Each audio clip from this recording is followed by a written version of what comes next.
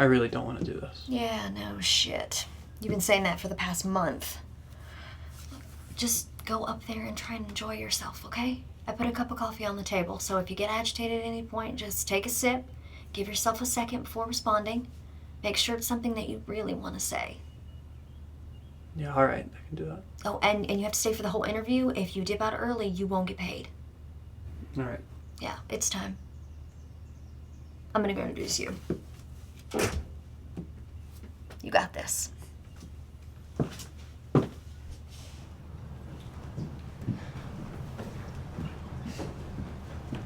Thank you all for coming today. This is Julian's first interview since releasing his breakout solo album, You Plunged My Heart.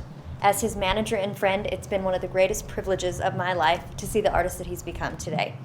So without further ado, Julian Parker.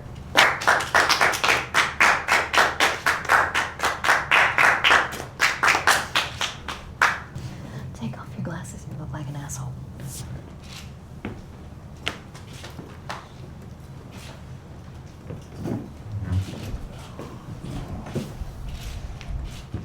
So I guess y'all have some questions for me? What's up? Yeah, so your most recent album, You've Plunged My Heart, is being hailed as one of the greatest albums of the decade. And you're getting rave reviews from critics and fans alike, especially from the highly esteemed Parks Van Hilton. He just wrote a piece for the New York Times, and he said that your ability to create a melody is next to George Gershwin and Brian Wilson. Later, he goes on to say that, you're a musical genius. What do you think about that? You think you're a musical genius? No. I would just say genius. You'd say that you're a genius. Oh, yeah. That's really an arrogant position. And oftentimes when people achieve this level of success as quickly as you have, they allow themselves to be blinded by their arrogance, and that leads to a heavy downfall. Are you worried about that? Is that a serious question? Yeah, it is. You mean like you're not joking? No.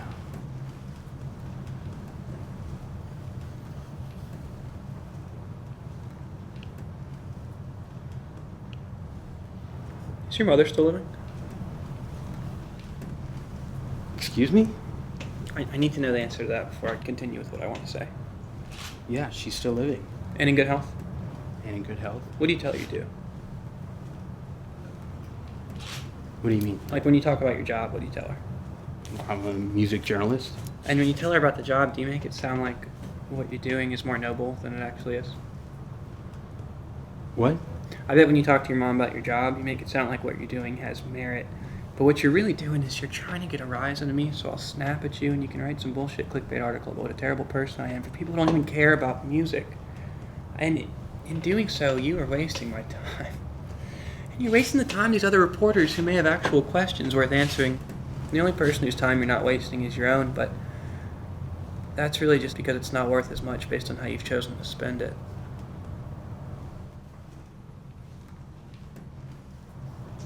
Next question.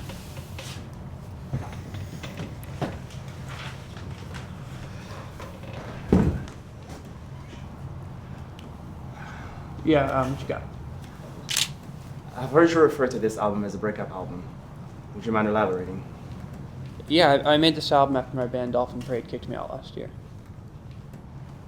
So it wasn't a breakup from a romantic relationship? No, it was far worse. Yeah, but you've gone on to have way more success without them. Dolphin Parade has a decent indie following, but nothing compared to what you have now as a solo artist. That must feel nice, right? To get kicked out and then shove it in their faces? I get why you'd say that, but it's really not that way at all. Some of the fondest memories of my life are from my days in that band. And when you have a connection with other musicians like that, and you spend a lot of time playing together, like that feeling is it's so emotional and intense, and you feel so powerful but so vulnerable at the same time. It's like the closest you can get to fucking your friends without actually fucking them is to play in a band with them. And in a lot of ways, I'd argue it's even more intimate.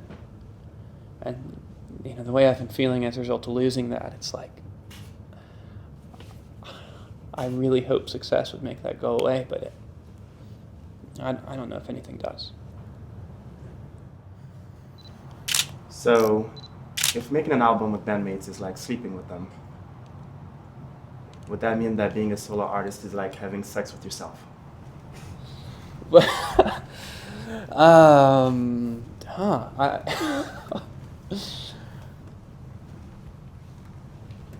You come back anytime. Next question. Yeah, what's up? Many artists fall into what's known as the sophomore slump. They say you spend your whole life writing your first album only to get 1 year to make your second, which often leads to a poor follow-up. Have you considered how you're going to avoid this? I have. Would you mind sharing with us? I'm going to record the sounds of an earthquake for my next album. What? I'm going to record the sounds of an earthquake for my next album. And how exactly are you going to do that? I'm going to move out to Indonesia, where there are more earthquakes than anywhere else in the world.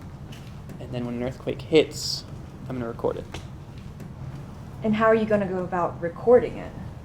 I'll have a helicopter pilot who'll be on call 24/7. The moment an earthquake strikes, he's going to fly me above it, and I'm going to improvise along with it on my guitar. Why? Why what? I mean, why? Why do it? Why do any of this? Oh, I have to. Like, I deeply need to. It's just that it's such a dumb idea. Well, the only person whose opinion means less to me than yours is this first guy who was questioning me. Although the more you speak, the narrower that gap does become. So, respectfully, I would like to keep you from closing that gap any further. So, can we get her out of here? Security, can we? No, I do not need a security guard to escort me out. I will leave on my own. Okay, no, fair enough. Next question. Oh, Yeah, what's up? why did Dolphin Parade kick you out? Can we get this guy out of here too? Come on, bro, let me hang.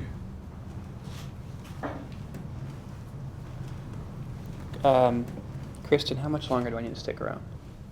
About 20 minutes. All right. Next question.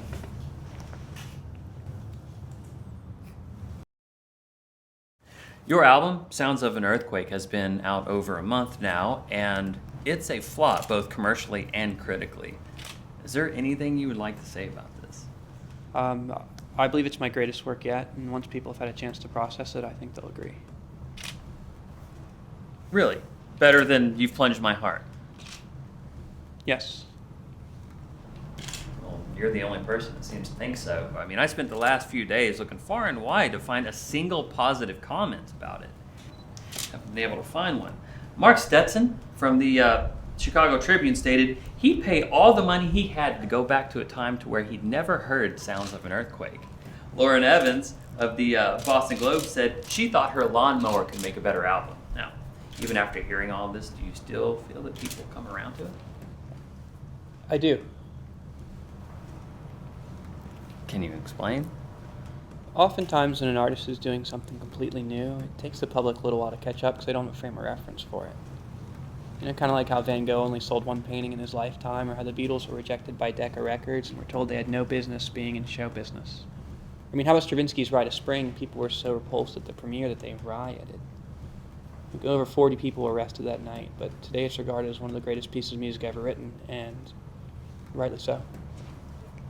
I mean, yeah, but come on, you're only mentioning the titans of our culture here. Of course, their works were eventually recognized as a result of their genius. Right, well, of course it makes sense in retrospect, but that's only because the works of those artists have since worked their way into our DNA. But I'm sure if you'd have asked anyone who was at the premiere of Rite of Spring that night if it was going to go down in history as a great work of art, they would have laughed in your face. And for whatever it's worth, I was called a genius by some apparently esteemed music critic last year. Are you talking about last year's article in the New York Times by Parks Van Hilton? I don't know. I never read it, but that sounds right. It's funny you should bring that up, because his last article in the Times, he said that he would rather wake up to his newborn infant crying in the middle of the night rather than listen to sounds of an earthquake again.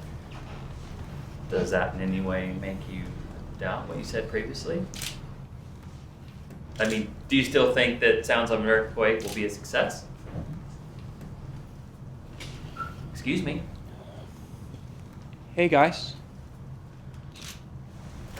Hey, man. How have you been? Oh, you know, you? Yeah. Same. I hear that. Yeah. It's good to see you guys. You too. Yeah. You too. Yeah. Dude, sounds of an earthquake is sick. It's life-changing. I shiver just thinking about it. It blew my mind. It's so good, and it's just so... It's so you. I knew you guys would get it.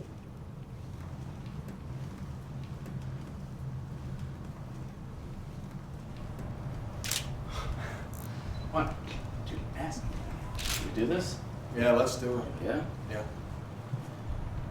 Do you want to rejoin Dolphin Parade? The band just, like, hasn't been the same since you left, man.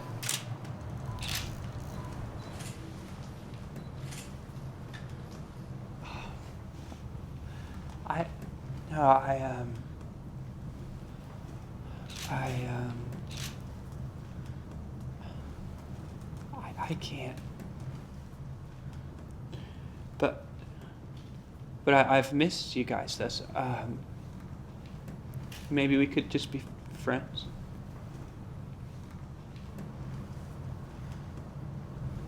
Yeah, man. Definitely. Absolutely. Sweet. Sweet. Well, cool. What are y'all doing now? Do you wanna grab some beers or something? Let's do it. Hell yeah. Yeah. Cool. Well, hey, I'm gonna get out of here. Can you take it from here? Sure. Okay. Okay.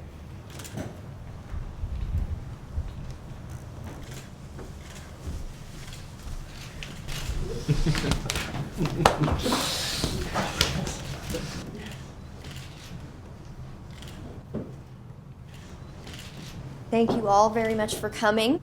That concludes our interview. We'll see you next time.